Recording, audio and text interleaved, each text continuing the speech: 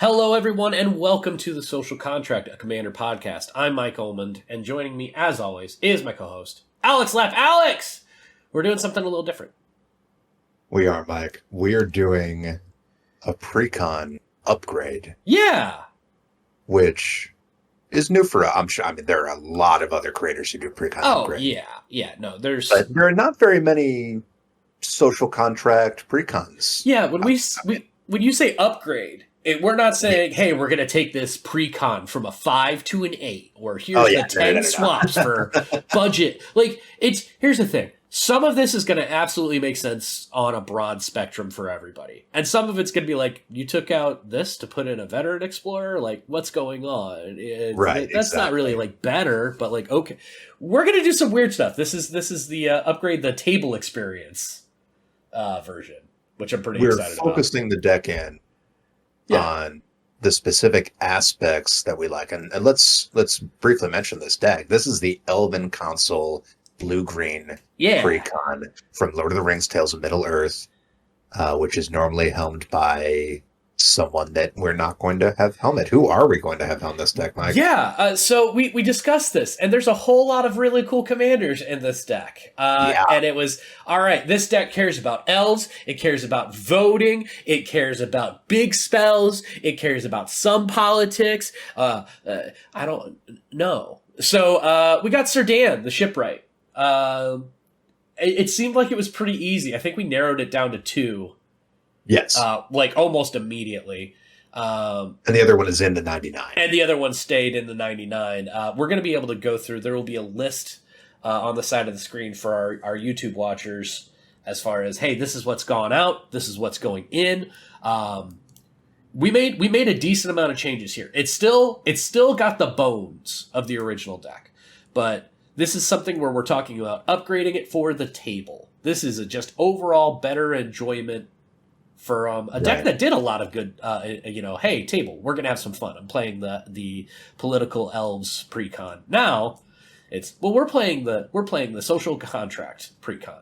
Right? It did do a lot of good things. It did a lot of things, right? Yes. This sort of evokes the older Precons maybe that were pulling the deck in multiple different directions, right? Not deep into any one of them, and right. Some of them actually kind of conflicting a little, right? We found a lot of, for example, Gandalf is one of the love that card. Fantastic card. Great card. Super excited to talk about that. There were a lot of cards that were in here that we theorize are mainly in here because they cost at least 5 mana. Yes. So quite a few of those ended up getting cut.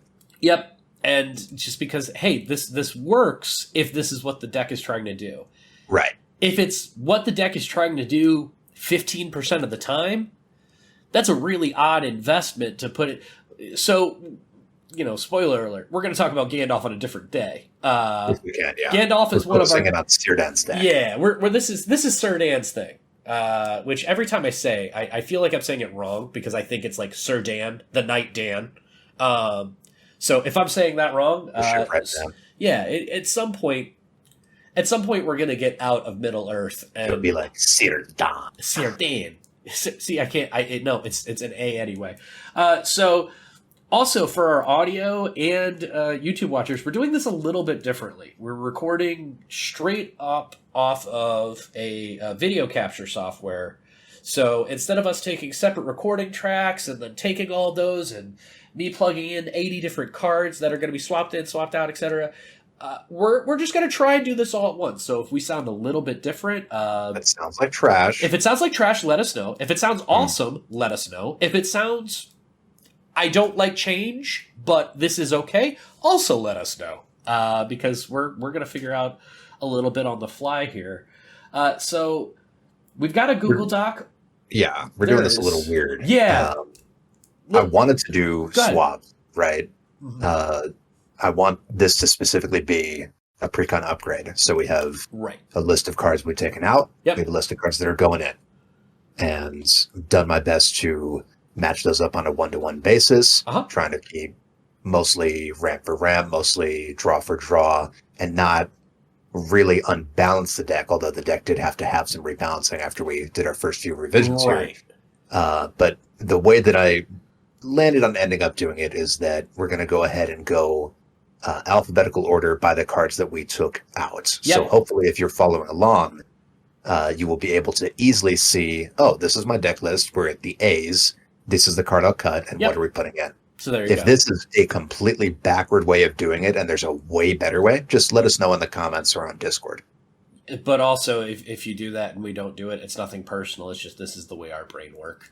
Sure. I'm sure there is a better way. This is just what I came up with here. Well, deck building is an individual sport. So from there, let's go ahead and start playing.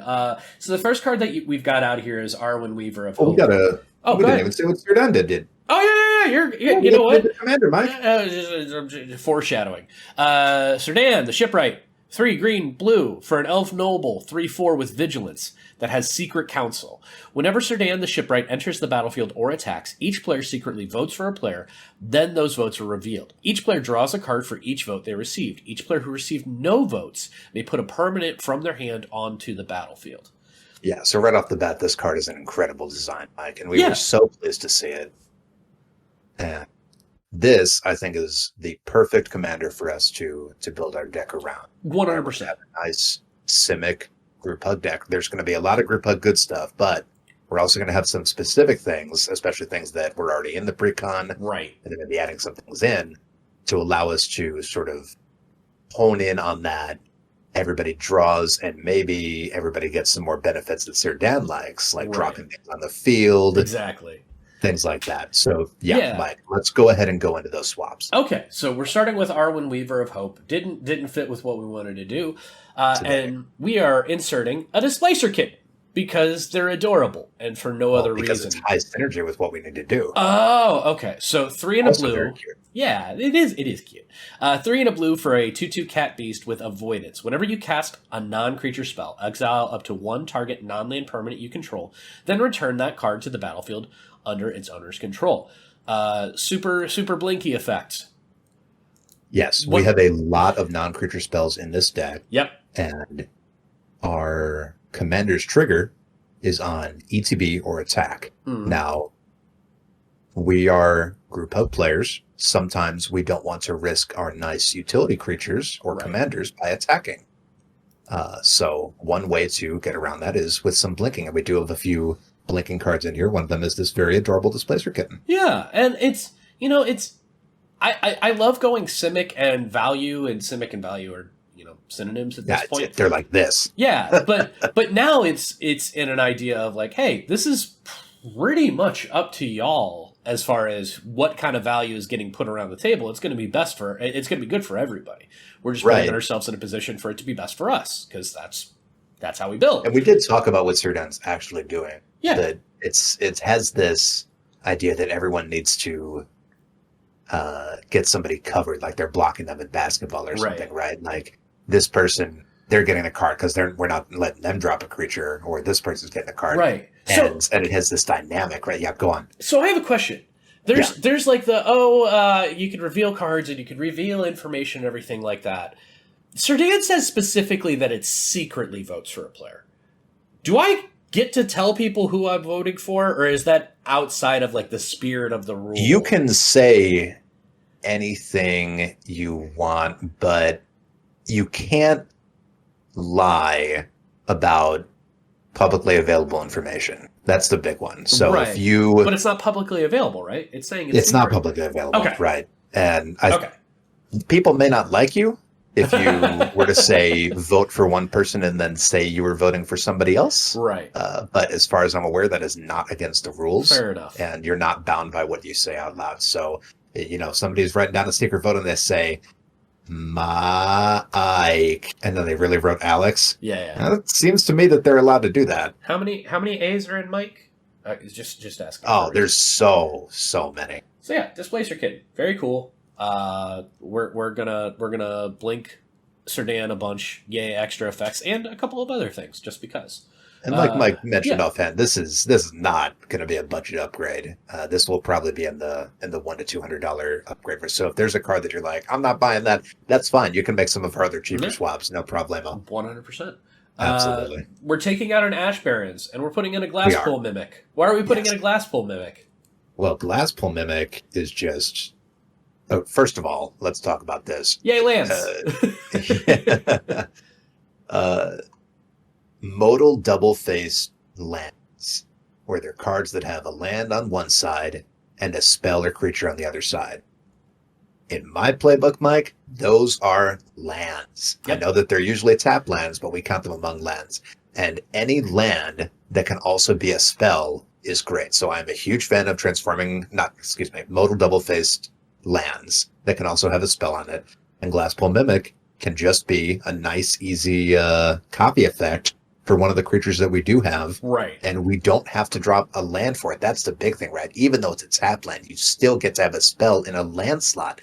It's so good. I love the modal double-faced lands, Mike. Yep. No. Read us what exactly this thing does. So this is 2 and a blue for a Shapeshifter Rogue, 0/0. You may have it enter the battlefield as a copy of a creature you control, except it's a Shapeshifter Rogue in addition to its other types. So there's a couple of different things that we're doing here that we want to have on theme as far as, hey, this is going to do something cool. This is going to do something cool. This is going to give us more value. This is going to give everybody more value, et cetera, et cetera, et cetera. Right. Absolutely. Here's another one. And this is Glasspool Mimic has always been kind of one of those. I don't know why we don't see it in every deck that's blue, just because, hey, does your deck have a creature? Cool. Would you like another one of that? All right. It's true. Here's I think for the most part, because the land is on the back face, most deck builders count these as whatever is on the other face, right? They're counting them as creatures. And because of that, people have put it in. They're like, oh, well, now I need to put in a land, so that's an easy drop. But in this deck list and in every deck list I make, I will forcibly recategorize them as lands. I'm putting my foot down. This is a land. Extra value without an issue. Celeborn the Wise. They left. And instead, we've put in Order of Succession. Alex, read me Order of Succession, please. Yeah, let me just read that for you here. There we go. Order of Succession is 3 and a blue. For sorcery, choose left or right. Starting with you and proceeding in the chosen direction, each player chooses a creature controlled by the next player in that direction. Each player gains control of the creature they chose. So we love choices. This deck is a political choices-based theme deck, making choices together. And there aren't a lot of choices voting cards in the game. So I'm not trying to excuse this one. This is a really cool effect. Oh, yeah. But we do want to squeeze in as many of these suckers as possible because there's not very many. But I love this effect where we're just kind of doing a little bit of shenanigans. Maybe somebody has a nice beater or utility creature that looks juicy. You want to take it. Maybe somebody takes your best creature. We all have a little bit of fun. Well, even just the fact that it says chooses a creature as opposed to target creature, and gets around a couple. Right. So yeah, you're going to be able to get some nice stuff if they have it. Yeah. Plus the flavor text of "Long live me." I like the kind of like Scar from Lion King. Right. Long live the king. Long live your Kenrith. I've got that now. Thank you. So we took out Colossal Whale from the deck because it is a big mana cost. It's mostly a Gandalf creature spell for the things that we're not doing. And instead, we've put in a slightly lower mana cost thing that is fairly infamous. Deadeye Navigator. 4 blue for a 5/5 spirit with Soul Bond, which you may pair this creature with another unpaired creature when it enters the battlefield. They remain paired for as long as you control both of them. As long as Deadeye Navigator is paired with another creature, each of those creatures has 1 blue. Exile this creature, then return to the battlefield under your control. It's an infamous card. Combos, all that good stuff. We're doing it for Sir Dan because yay, blinking Sir Dan. We are. Yay, cards. And every time that once we've got that Deadeye Navigator on the field, now it's 2 mana to get that lovely Sir Dan trigger, get all those draws, all those secret voting, all the fun stuff happens for just 2 mana. Yep. It's a good card. I feel like it's come down in cost a little bit. Am I crazy? It has. And once upon a time, especially back when I was getting into Commander, this was infamous, just one of the strongest cards in the format.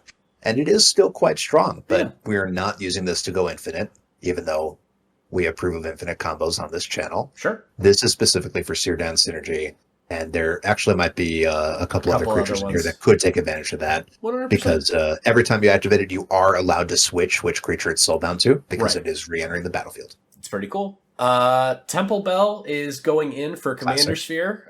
Yep. Commander Sphere is fine, but 3 mana for We ramp 1. we added in a lot of ramp Yeah. group hug stuff, so Yeah, no, we gotta put in our group hug. Hooray! Yeah. Everybody draw a card.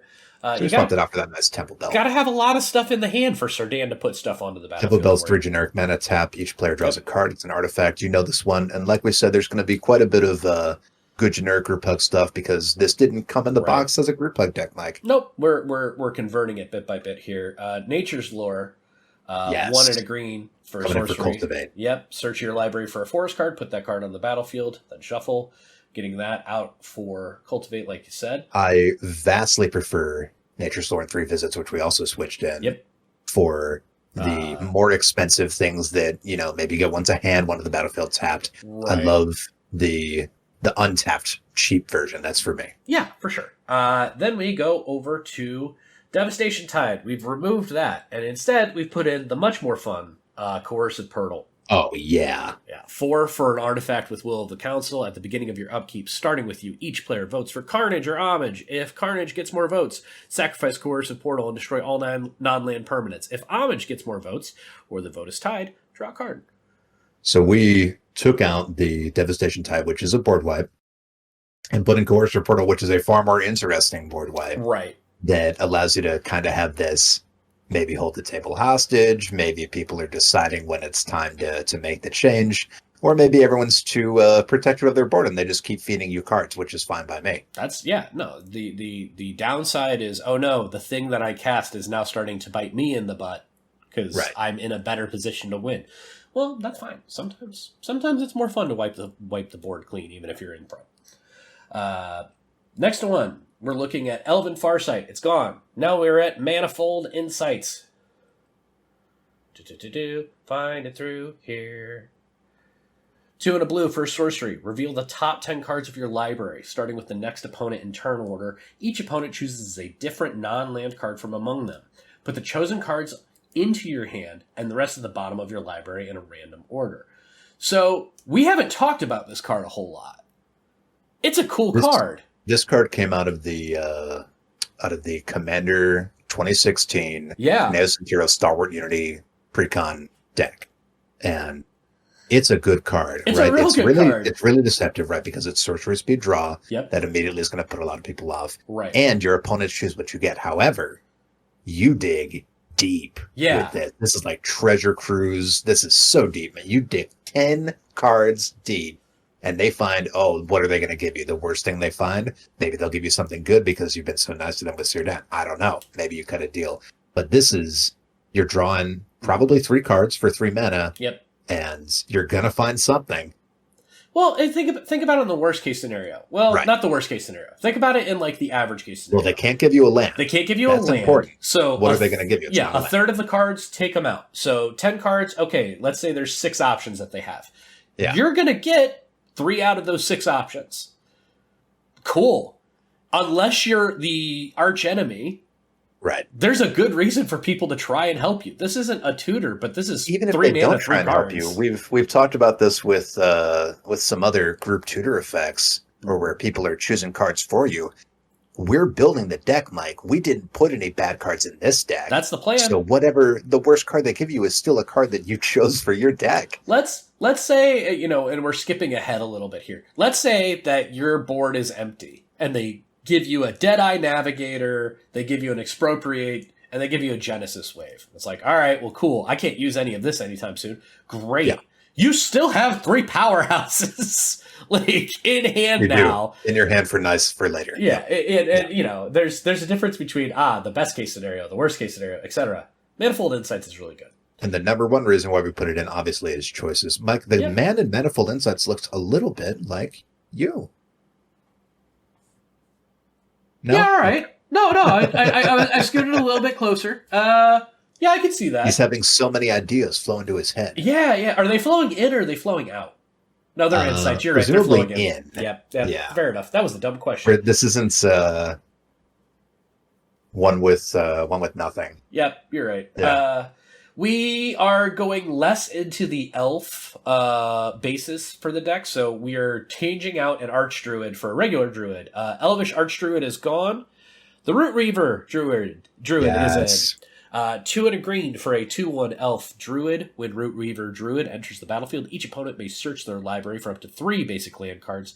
They each put one of those cards onto the battlefield tapped under your control, and the rest on the battlefield tapped under their control. Then each player who searched their library this way shuffles it.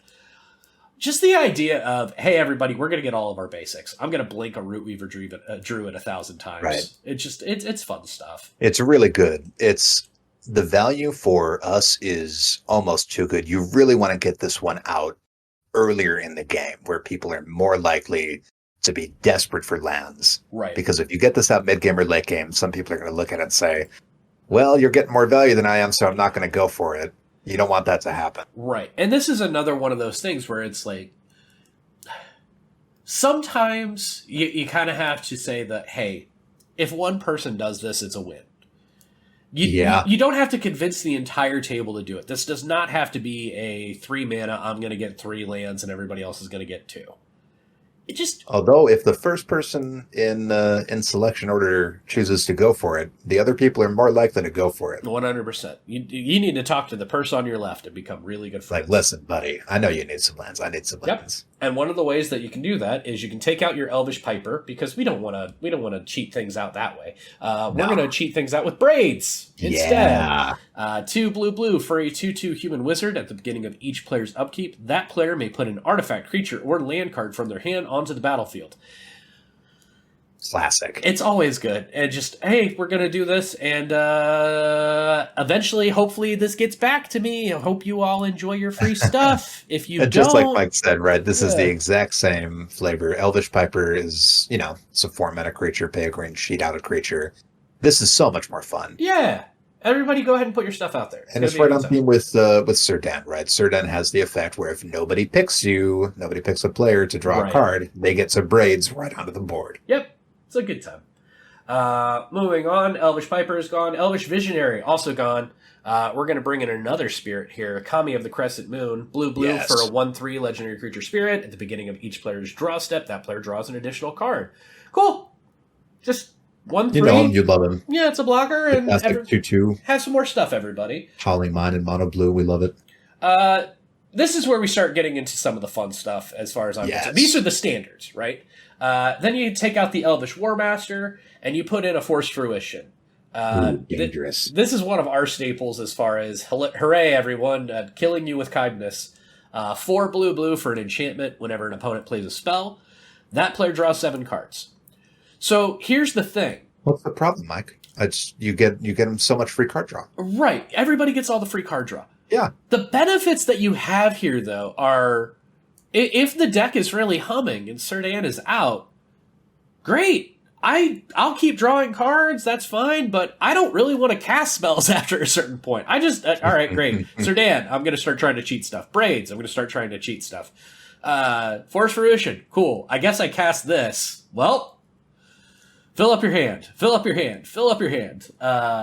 We've talked about this. People who haven't played against Force Fruition don't have a good grasp on the fact that you literally cannot spend your hand down quickly enough. Yeah.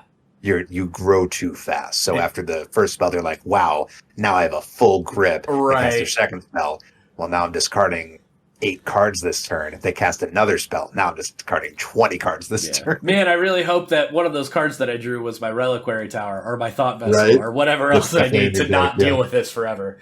This is a soft wink. Yep, wink. We already talked a little bit about Farhaven Elf out and 3 visits in. Yay, more ramp. Search 3 visits. One of the green. It's a sorcery. Search your library for a forest. Put that card onto the battlefield, then shuffle. Yep. I really, really like this effect. This and Nature's the Lore. other one we just talked about, Nature's Lore, because you get any forest that can include dual lands of any kind that have the type forest, goes in untapped, and it's only 2 mana. Love it. Very good. We took out 2 forests. We put in 2 different lands. First one, Makokoro, Center of the Sea, legendary land. You can tap it to add a colorless, or you can pay 2 mana and tap it, and each player draws a card. Great. This card used to be $20. It is now $1. Yeah! It should be in all of your group hug and social contract decks. It is incredible. Frankly, it's a decent utility land thing for anybody that's like, oh, do you play heavy artifact? Do you play decent amount of colorless? All right, just put it in there, just because. It's just so, like, there's always going to be a turn here or there where you don't have enough spells to spend all your mana. Right. Or maybe you start the turn with this, get an extra card on your draw. Yeah. This is just a great card. Yeah, get a little bit extra. And it is literally 99% off. Yep. Then we also got Forbidden Orchard, which is just a fun card. Just yay, Command Tower, give somebody a 1/1. It should just be it's excellent fixing. And I this love used to be getting to expensive, choose who gets the spirit. Let's read that quickly. Yeah. Add 1 mana of any color to your mana pool to tap it. Of course. Whenever you tap Forbidden Orchard for mana, target opponent creates a 1/1 colorless spirit creature token. It's not even flying. It's just a 1/1 on the ground.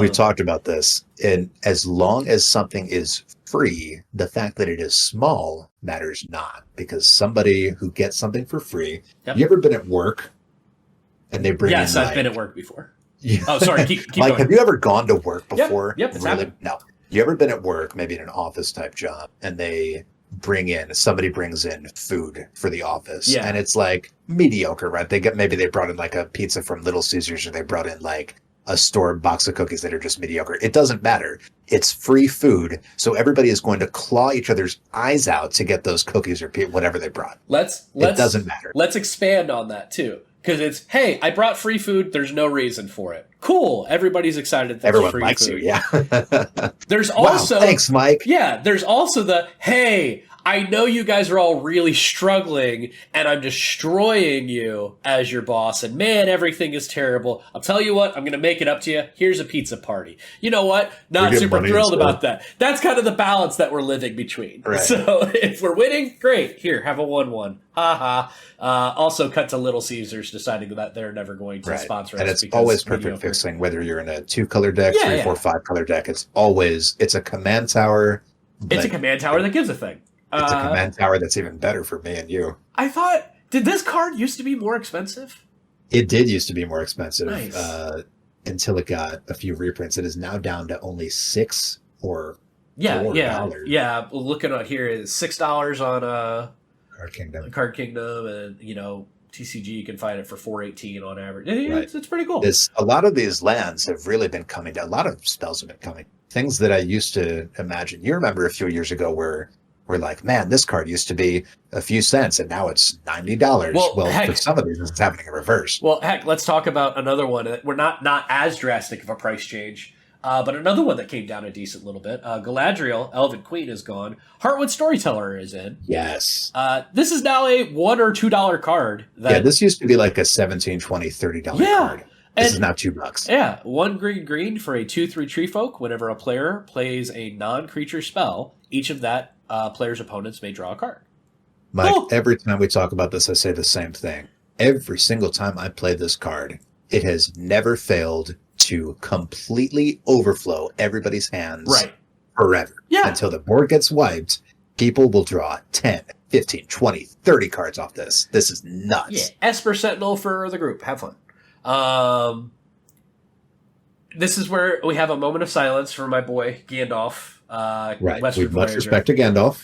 He's just not right. I don't even know if you did this on purpose or if you just wanted to make me happy. We replaced it with a card that everyone hates, but they love, but they hate it. But it's awesome. This card dominates the board. Perplexing Chimera! Yes, a doggo. Good dog. Confusing dog. Confusing doggo. 4 and a blue for a enchantment creature Chimera, 3/3. Whenever an opponent casts a spell, you may exchange control of Perplexing Chimera and that spell. If you do, you may choose new targets for the spell. If the spell becomes a permanent, you control that permanent. Underpriced piece that completely controls this. Warps the entire game. It's such a dumb good card. The moment that you play this down, the only thing that everyone else is thinking is board wipe. As far as I'm concerned. Wipe, yeah. And the next thing they're thinking is, what are they going to steal out of? Do I need to play my good spell? Do I need to try to bait it out with another spell that's juicier? It warps the game. Here's the thing.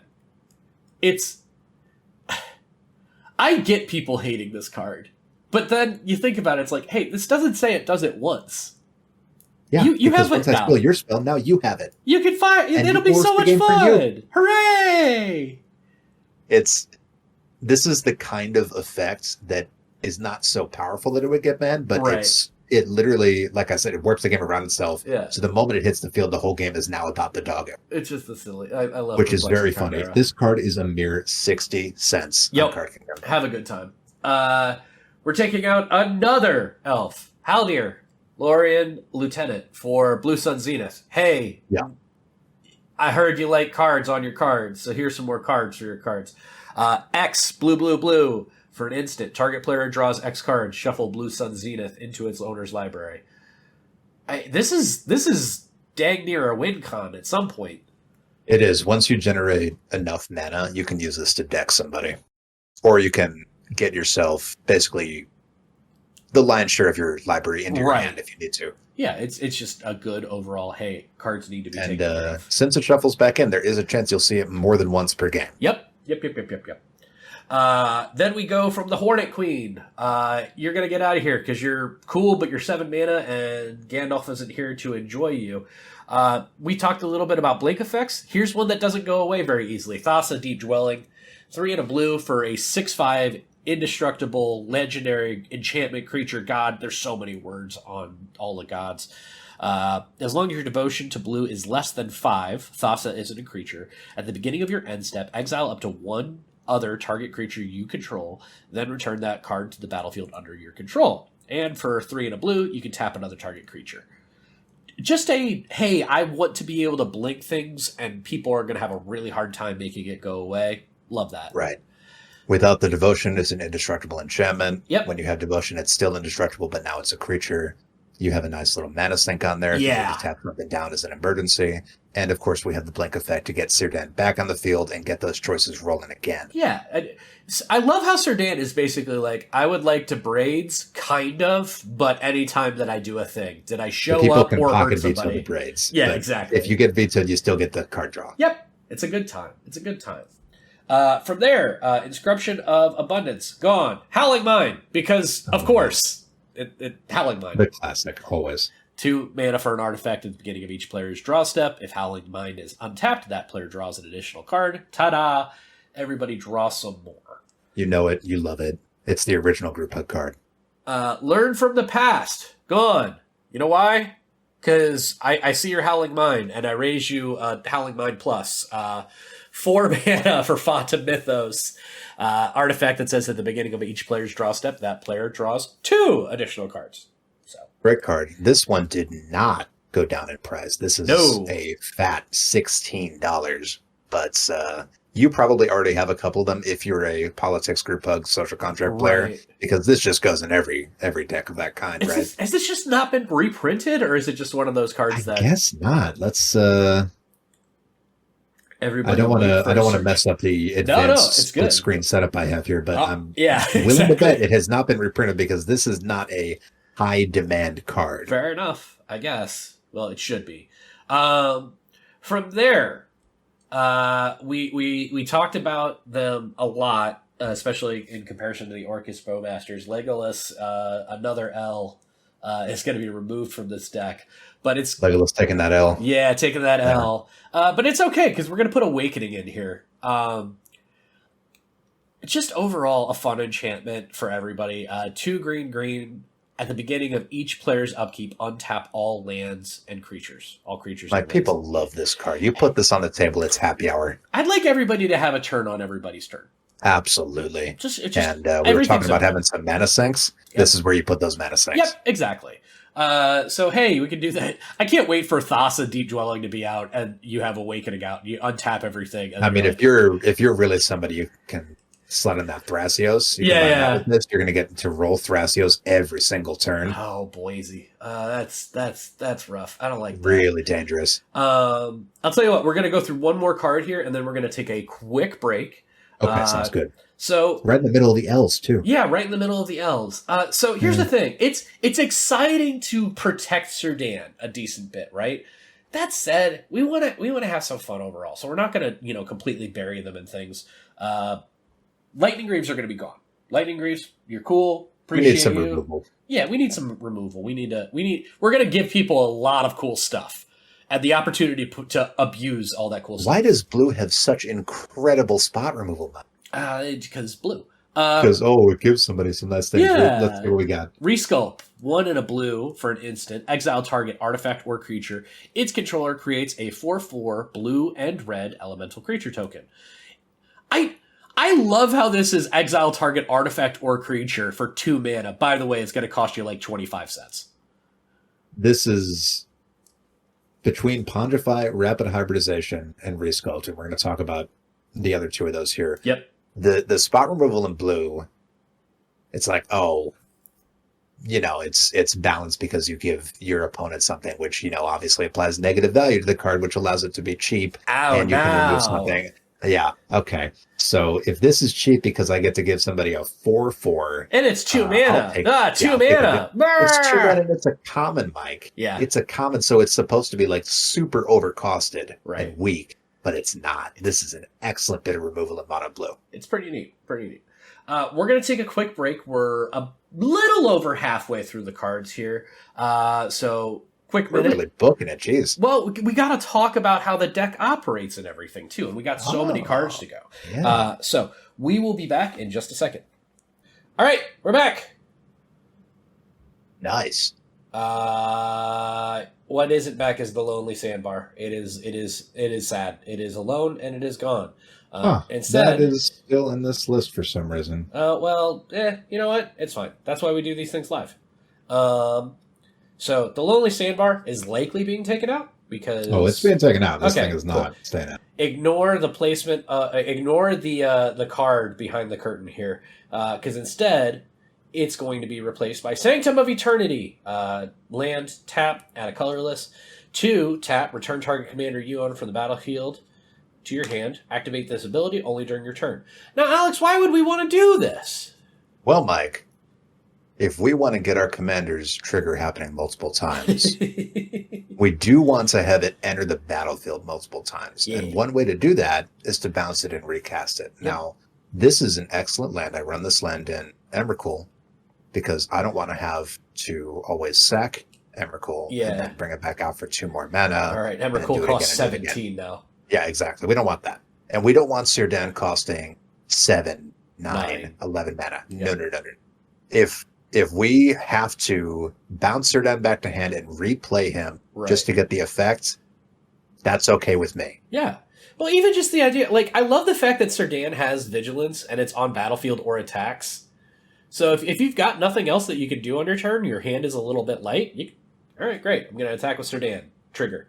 Cool. I'm going to bounce Sirdan back to my hand. I'm going to recast Sirdan. Play it again, yeah. Yeah. No, that's pretty cool. I like that. That's the nice thing is, unlike a lot of utility lands that do something quite powerful like this, Sanctum of Eternity does not sacrifice itself when you activate its ability. Nope. So you can reuse this on the following turn. Effectively 3 mana to bounce it back to the hand as long as you're doing it. If you have the money for Alchemist Refuge and you're comboing that with Awakening, then maybe you could flash him out every single turn. Yeah, figure it out. Have a good time. Yeah. Lorien Revealed. Gone. Fairy Mastermind.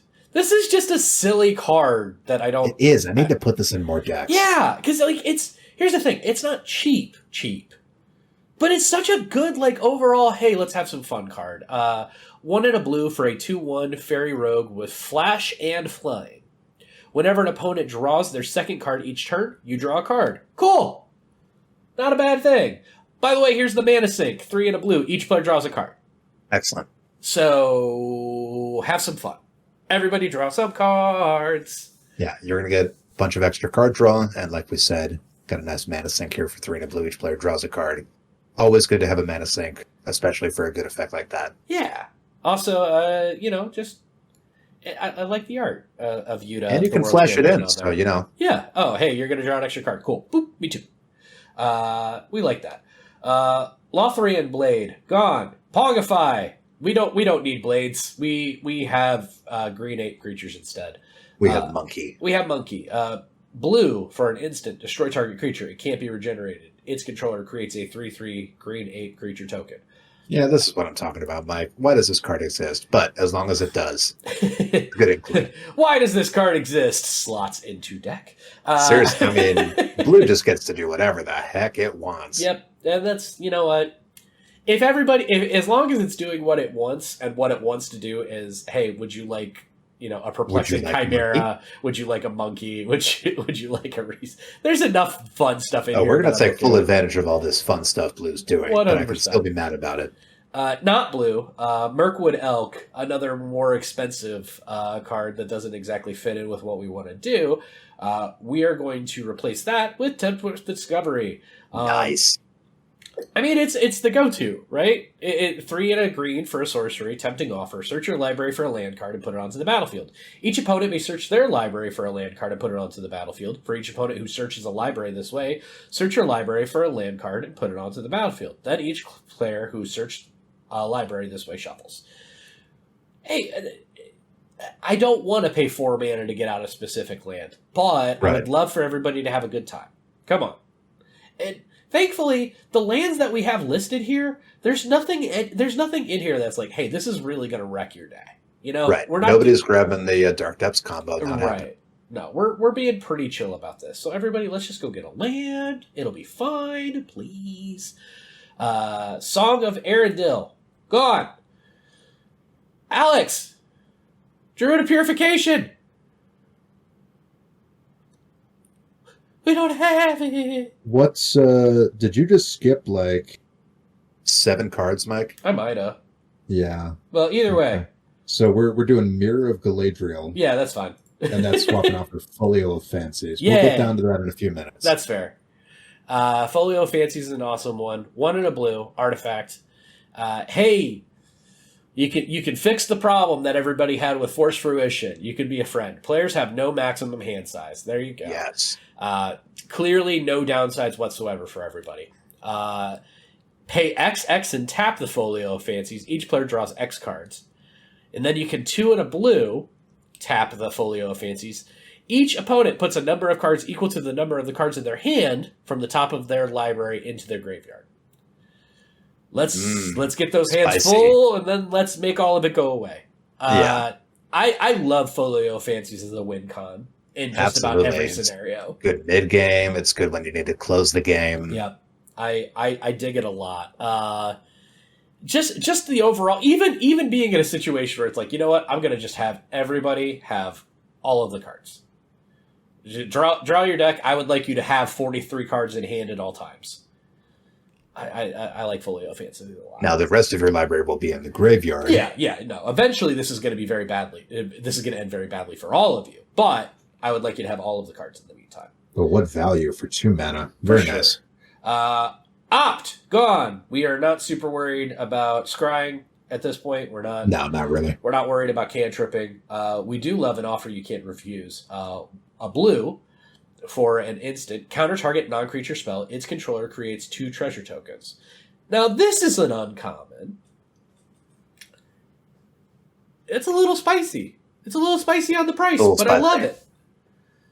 Yeah, the price is a little high. If you just want to put in maybe an Arcane Denial or something maybe that's cheaper, right? That's fine. But, this is a newer counterspell. We haven't really got to slot it in very many of our decks, and it's very much up our alley. We love counter magic that gives the opponent something back, like Swan Song. Right. And again, we're not running, we're playing blue. There's not a ton of counter spell that we're dealing with in here. I think we've got 2. We do have Swan Song in here. Yeah, Swan Song's in here because it's the other counter spell that says, hey, sorry about that. Here's a thing. But yeah, I like it. Paradise Druid, gone because we frankly don't need to worry about a whole bunch of elf ramp. But with that, we have Tempt with Reflections. 3 and a blue for a sorcery, Tempting Offer. Choose target creature. Oh, go ahead. Paradise Druid's going for Collective Voyage. Oh, Collective Voyage. I'm reading the list wrong. It's I'm not sure what you're reading. Yeah, I looked the wrong way. I apologize. Collective Voyage. I am rolling back, everybody. That's, you know what? I said it, and I know why I said it this way. Hey, Paradise Druid, we're getting rid of it because we don't need to worry about 1 mana ramp with elves. Instead, we're going to do this kind of ramp, Collective Voyage, green. Yes. Sorcery, join forces. Starting with you, each player may pay any amount of mana. Each player searches his or her library for up to X basic land cards, where X is the total amount of mana paid this way. Puts them onto the battlefield tapped, then shuffles their library. Always good. In my experience, the table tends to not pay very much in, but even if you get 2, 3, 4 mana paid in, that's lands on the table, Mike. The thing is that at the very least, if you pay 1, you pay 1 to cast the spell, and then you say, I'm going to pay 2. The person next to you, that's next in order, if they have any untapped mana, there's no reason they shouldn't do it, because they're going to get the first crack at trying to make advantage off of it. Right? So if you get 3, 4 mana off of this just cause, that's absolutely worth it. Right. Let's make this game fun and go about 28% faster. Now you need to make sure that people understand what's going on, because there are a lot of, especially since we're also running Temple Discovery, we're also running Weaver Druid. There are effects that benefit us commensurately, or each person's out for themselves. People need to understand exactly what's happening. So for every 1 mana you put in, everyone's getting that many more. Exactly. So, hey, I'll put in some mana. If the person to my left puts in more mana because they're going to be able to untap those lands quicker than everybody else, great. If no one else decides to do anything, they still get 4 basics onto the battlefield for everybody. That sounds fun. They just mix us up with all the other similar ramp effects. They're like, well, I don't want to give them too much value. It's okay. Everyone's getting the same. Everybody's getting the same value. At this point, the only thing you have to worry about is whether this person untaps and kills everybody before you get to untap with all of your extra value. Speaking of, there's another great card in this cycle, Mike. Yeah! Preordain is gone! We don't want it. We want to put cards in hands. Mind's Aglow. Blue for a sorcery. Join forces. Starting with you, each player may pay any amount of mana. Each player draws X cards where X is the total amount of mana paid this way. Cool. Yes. Yeah, absolutely. Another kind of win con, depending on what's going on with the table. Have we gotten all of the lands out there? Great. I would like everybody to draw 30. Oh, man. I love these kind of effects. It just upping the ante for everybody. Joint Forces is such a great cycle. It really is. It really is. Radagast, Wizard of the Wilds, is gone. And we are instead putting in one of my favorite enchantments, Oath of Druids. Oath of Druids, baby. This one's got a little bit of a mouthful, so bear with me, everybody. 1 and a green for an enchantment. At the beginning of each player's upkeep, that player chooses target player who controls more creatures than they do and is their opponent. Okay, so you pick somebody else who has more creatures than you. The player may reveal cards from the top of their library until they reveal a creature card. If they do, put that card onto the battlefield, and all other cards revealed this way into the graveyard. So you mill until you get a creature if somebody else has more creatures than you. That's what it comes down to. Is often the case. This will trigger pretty frequently. Well, especially if, okay, great, this person has I have 1 creature, this person has 2 creatures. Cool. I'm going to get a creature. Then on my turn, I'm going to cast a creature. Now I have 3 creatures. Now I have the most. So I would say with Oath of Druids, it's going to be something that can trigger probably about 50% of the time. Right. Until we get into a board wipe scenario. A go wide deck of any kind, it's going to trigger a lot more. Yeah, exactly. Yeah. Oath of Druids is just a fun card. It's come down in price as well, and that makes me happy. Yeah. I wish it came down when I bought a bunch of them, but regardless, I will live. Realm Seekers, they're gone. They're inexpensive. Get a lot of land cards into hand. That's fine. But instead, we are putting in a Rites of Flourishing. 2 and a green for an enchantment. At the beginning of each player's draw step, that player draws an additional card. Cool. Each player may play an additional land on each of their turns. Cool. We're going to load up hands, and you're going to be able to do extra stuff with it. Yeah, that's a generic group bug value. We love this effect. Staples. We love staples. Absolutely. Seeds of Renewal is gone. Now we go to the Tempt with Reflections. There we go. 3 and a blue for a sorcery. Tempting offer. Choose target creature you control. Put a token onto the battlefield that's a copy of that creature. Each opponent may put a token onto the battlefield that's a copy of that creature. For each opponent who does, put a token onto the battlefield that's a copy of that creature. So here's my thing. Yeah. I love this. Yes. What is our ideal creature that we're doing this Sir Dan, obviously. So it's on the trigger, they show up, then they all die.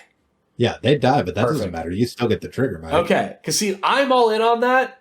I like that. I wanted to have as many perplexing chimeras as possible. Oh, that's fun. Yeah, absolutely. No, you go nuts with perplexing chimeras. There's just it's one of those. How many of these would you like? Great, have fun. And I dig my chimera for your spell. Yep. Trade your. Now you have 2 chimeras. Chimera. I have 4 chimeras. This is going to be a fun day. This is one of those things. You don't have to target the biggest, baddest thing that you have. Just, hey, I'm just going to value you. I'm gonna get some value. Would anybody else other like people are getting the Sirdan as well, so we get their triggers too. Exactly, and then they have a Sirdan that just sticks around. Maybe they attack in with it, so we get triggers from that. We're gonna have all sorts of Sirdan shenanigans. Sirdans, as far as the eye can see, we love it. From there, we have Song of Arendelle. That is gone. For Druid of Purification, don't see it on here, but that's because we build decks and we hope that they show up, and sometimes things get missed. But Druid of Purification is the I'm gonna have to ask you to read it, and I'll flash it in here, because if I click away from the screen, everything is going to go crazy. No problemo. Druid of Purification is an incredible card, 3 and a green for a creature human druid. And it's a 2/3. It reads, when Druid of Purification enters the battlefield, starting with you, each player may choose an artifact or enchantment you don't control. Destroy each permanent chosen this way. This is some great removal. Be real smart. 3 for 1, if you can help it. Also, you can work it out. Excellent to blink. if we're doing stuff that's excellent to make copies of. If we're doing a blink deck, this is not a bad thing to be able to do a couple of times here. All right, I love Druid of Purification. Absolutely. Thornwood Falls, yucky, weird tap land. We don't want that. Get that out of here. So instead, we got a Tangled Florahedron.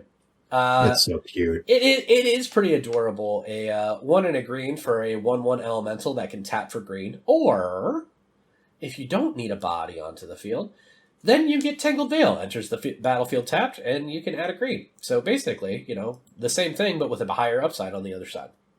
Strictly. Either you need a land or you need a mana dork. Yeah. And in my book, this is a land. Exactly. Tranquil Thicket is gone. We want our favorite mana sink, Helix Pinnacle. Helix Pinnacle. Green for an enchantment, Shroud. X, put X tower counters on Helix Pinnacle. At the beginning of your upkeep, if there are 100 or more tower counters on Helix Pinnacle, you win the game. You and I both have a love for this card. It's so fun. And I think we haven't really gone into a lot of detail about why we like using it. Okay. I never want to win with Helix Pinnacle by going infinite mana. My favorite thing to do is just like, all right, hey, we've got Awakening. Great, we're going to untap our lands and, our creatures each turn, stuff like that. I like to incrementally just make a Helix Pinnacle just get a little bit bigger. Oh, yeah. If you have Awakening out, your win is imminent. Yeah. It's like, hey, this is scary. You can't target it. So, like, you're going to have to get creative. But have also to do a non-land board wipe. Yeah. I like Helix Pinnacle a lot for just such a silly card overall.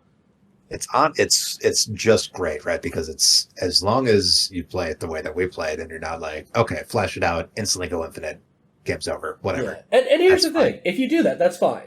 Yeah, that's great. But that's not what this deck is doing. I like it almost like the what is the black card that cares about creatures dying, making treasures, that if you have 10 at the beginning of your turn, you win? Oh. Yeah, it's Revel in Riches. Revel in Riches. Yeah, it's the nicer form of Revel in Riches to me. Just because, like, hey, it's here. Got to deal with it, otherwise it's going to be a problem. But Revel in Riches is, all right, great. I found all of these treasures because of a different thing. I did a board wipe, and now Revel in Riches is online, and you have a turn to stop me. Whereas, like, Helix Pinnacle, I need 100. Right. It's really funny when this comes down turn 1. Yeah. And it's so early that people are like, oh, well, that says win the game, and then they forget about it by turn 5 because you played it. But you just got to remind people it's more fun winning if people know.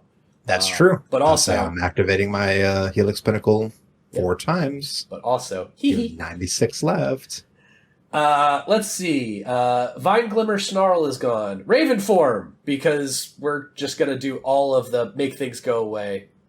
Raven Form, you exile a thing with blue, and then cool. I give him a 1/1 burp. Yay burp.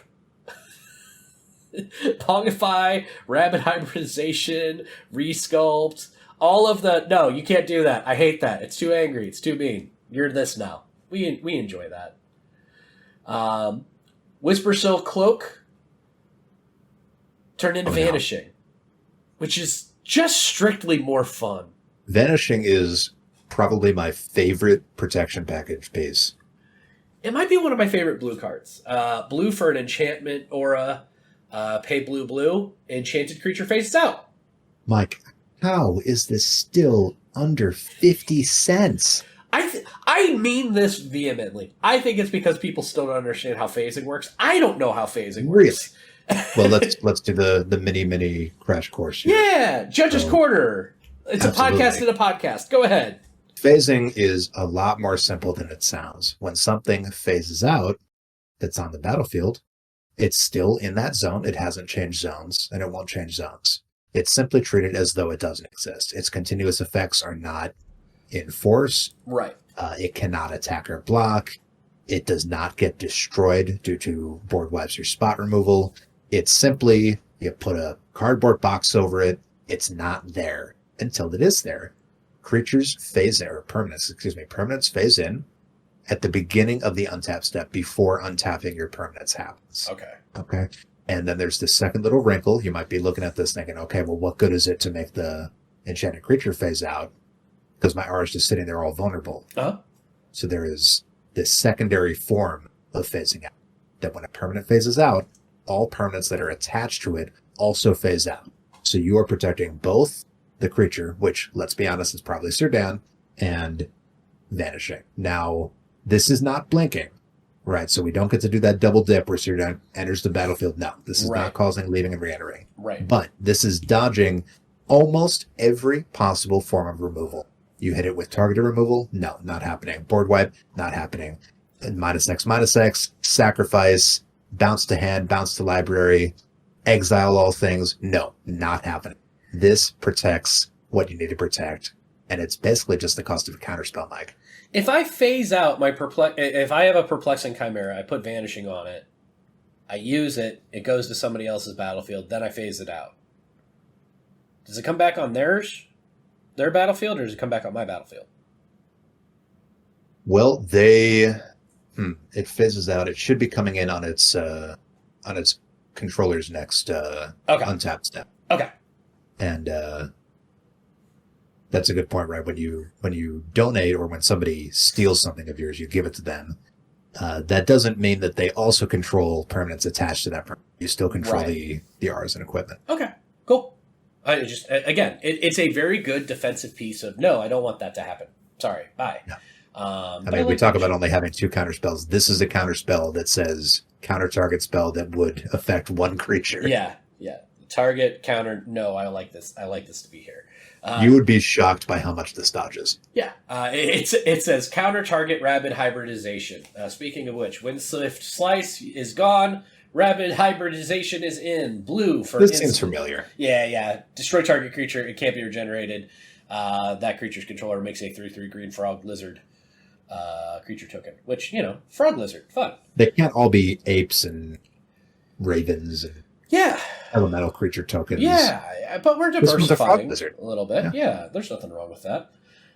From there, Wood Elves gone. Little spot removal package there. Yeah, just to complete the cycle as much as possible. Wood Elves is gone. It is being replaced by Split Decision. So this is 1 and a blue for an instant with Will of the Council. Notice the theme. Choose target instant or sorcery spell. Starting with you, each player votes Denial or Duplication. If Denial gets more votes, counter the spell. If Duplication gets more votes or the vote is tied, copy the spell. You may choose new targets for the copy. So I guess technically we have 3 counter spells, like this 2.5. is a counter spell. Yeah, counter it's really spells, funny right? because if the board decides whether you get to counter it, they say, Yeah. oh, well, that's actually pretty important. It's a board wipe. We don't want you to counter that. Right. So maybe you'll just board wipe multiple times, or maybe you'll get an effect multiple times. Who knows? Right. But at the same time, if somebody in turn did a Path to Exile effect or something like that to one of our creatures, yeah. Okay, great. Well, I'm going to pay 2 mana to more than likely duplicate that spell. Probably. Oh, wait, we all like Serdan. No, don't get rid of Serdan. Counter. But more than likely, it's just, hey, anything you can do, I can do the same. That's or the thing, exactly right? If they want the spell to go through, then Right. you're going to get copies of it. Yeah, no, we like split decision a decent amount here. Woodland Stream Making is choices. gone. Veteran Explorer, because we're making a deck. It has green. How can we not have a Veteran Explorer in it? That's a good point, Mike. Green for 1/1. Human Soldier Scout, because all of the keywords for creatures there. When Veteran Explorer dies, each player may search their library for up to 2 basic land cards and put them onto the battlefield. Then each player who searched their library this way shuffles it. Let's tempt with Reflections of Veteran Explorer. Can we give Veteran Explorer a lifetime achievement award for social contract? I mean, yeah. This is the soul ring of our format. Yep, I'm going to go ahead, and I've made a star on it with my mouse. So they know they've done a great job. Nice job. And then the last one here, Woe's Pathfinder is gone. And you know what, Alex? We don't have enough big mana crazy stuff in here. Let's just put a beater in. Expropriate.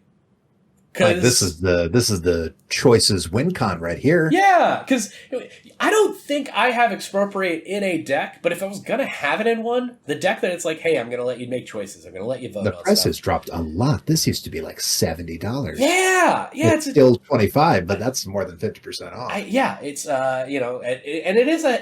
it's still still an expensive card, but you're right, it's come down considerably, and the mana cost is nothing to sneeze at either. 7 blue for a sorcery with Council's Dilemma. Starting with you, each player votes for time or money. For each time vote, take an extra turn after this one. For each money vote, choose a permanent owned by the voter and gain control of it. Exile, Expropriate. So there you go. Like, that's a beater in far as a, hey, cool, let's go. I'm going to get a turn and probably 3 permanents if the people are paying attention at the table. You're getting permanents and you're getting 1 extra turn. But we'll see. It's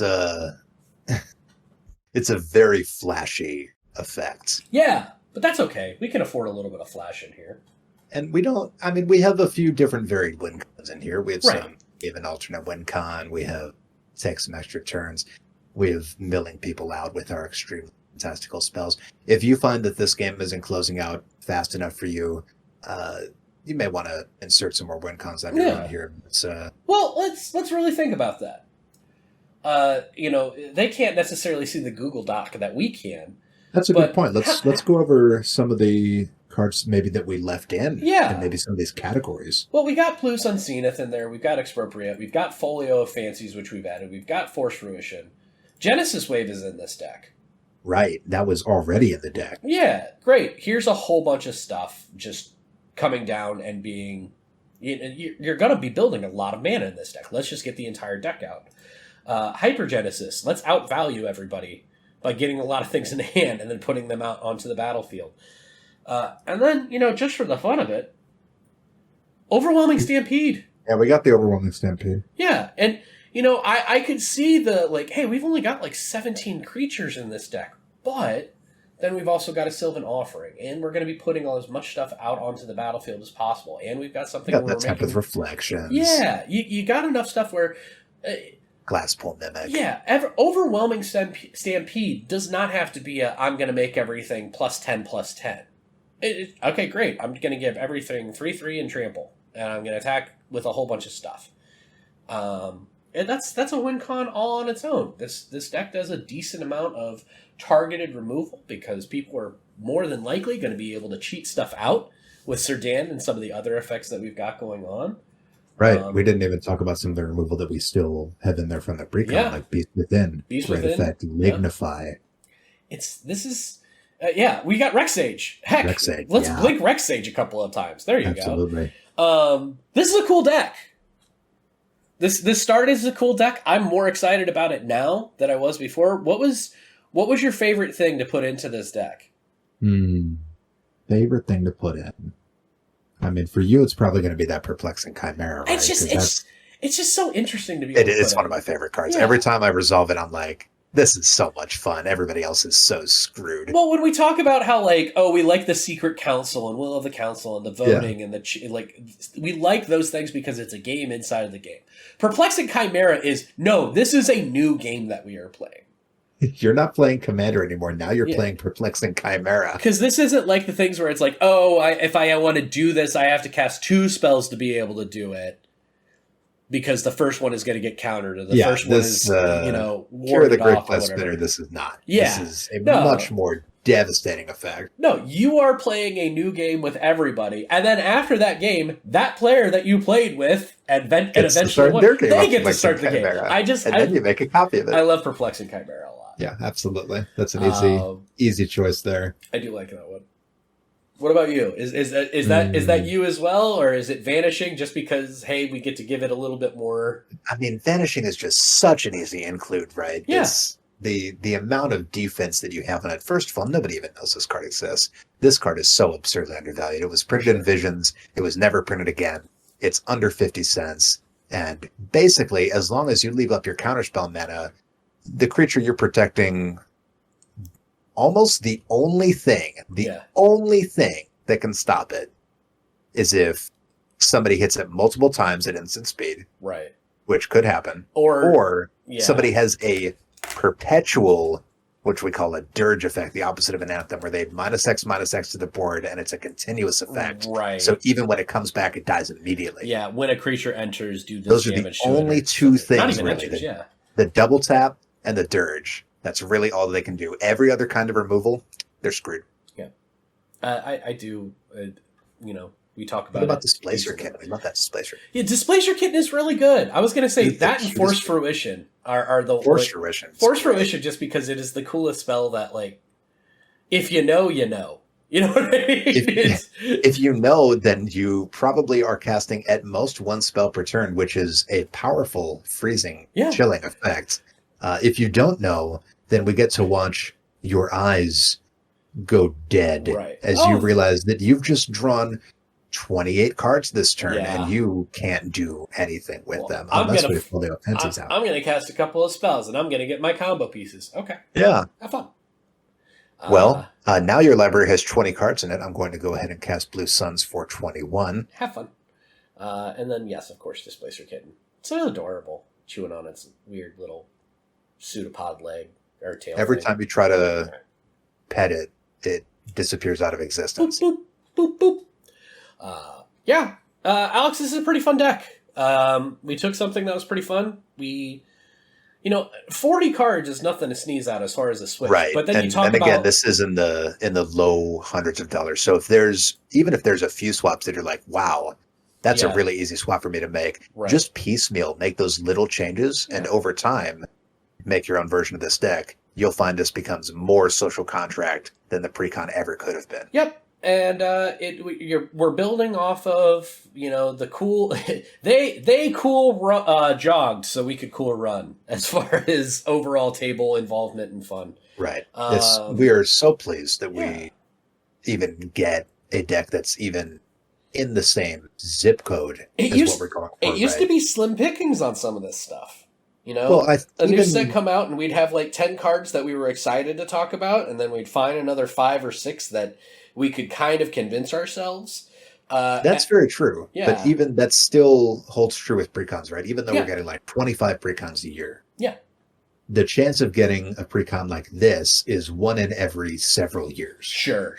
We had our Strixhaven political. We did. The last one before that was before we started recording, which would have been Chaos and Tiro. Yep. And the last one before that was actually in the first set, Political Power, with Zedry the Great-Hearted. So there's really only been roughly on the order of 4 political social contract group hug decks. Yeah. And Serdan is doing good work. Good job. Doing good. Good job this time, Wizards. I appreciate it. Alex, if somebody wanted to talk to you about, hey, what if I put this deck in, or this card into the deck instead of this card? Expropriate, I can't believe you guys have totally jumped the shark, and now you're playing these mean cards. What can I put in? Expropriate has choices on it. Yeah. I will stand my ground. What can I put in instead of Expropriate that would be fun? Yeah. How would they best reach you? Absolutely. You can find me on Twitter at Lappermedic, LAPPERMEDIC. You can just tag me or DM me on there, no problemo. You can check us out on Discord. We love our Discord community. Just the greatest bunch of Magic players who love the things we love. And pretty much every day, multiple times a day, we got people asking questions for their specific whatever interaction they've got going on in their deck. Yeah. And we got a little private judge chat channel there. You can just ask your question and get a hold of me that way. You can also head over to my other project, the Commander's Spellbook, which does know how to help your deck win. If you want to take this deck list we made, pump that over into Commander's Spellbook and see what kind of infinite combos you got going on. Maybe you want to put some in, maybe take some out, however you're feeling about your specific deck. We do have that ability. It's commanderspellbook.com.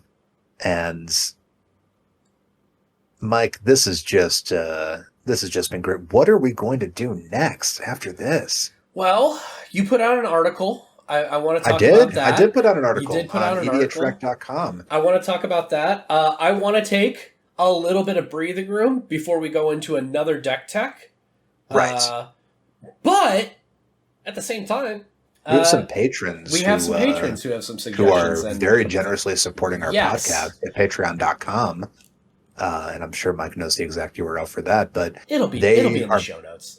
Actually, you know what? I'm making a note. It's going to show up right now on the screen as well. Yeah. That's our Patreon URL right there. Shiny. So some of our patrons, our lovely patrons, are paying at a tier that allows them to work with us to choose an episode topic. Maybe their deck can get deck teched a little later on so Mike's computer can get some rest. Maybe they have a really specific avenue. It's like, could we go back to Rise of the Eldrazi? That was my first set. I love that set. Can you do a social contract review of that set? Yeah. Anything that you can think of, we can make an episode about it.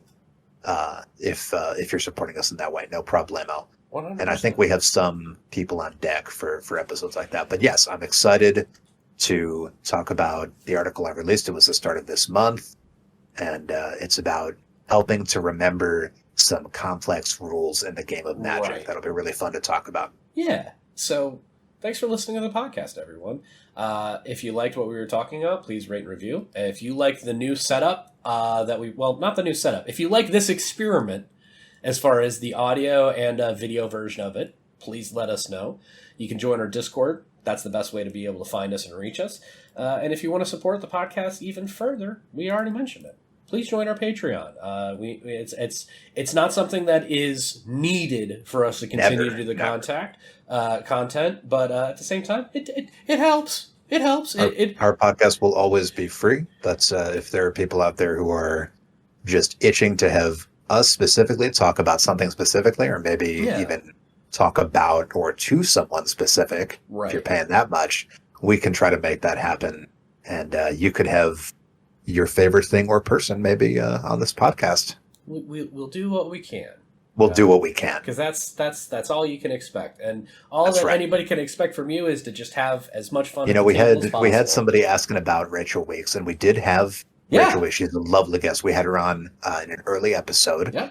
And she was just on the Command Zone podcast talking about how to play mono white. Yeah. So go over and check out their podcast, or check out our earlier episode and think like, wow, lasagna tier. I love lasagna. Lasagna tier Magic is great. Everyone, you have a wonderful day. We've got plenty of topics that we're going to come out with and new episodes soon. As far as which one is next, I'm non-committal, but we'll figure it out. Until then, talk to you soon.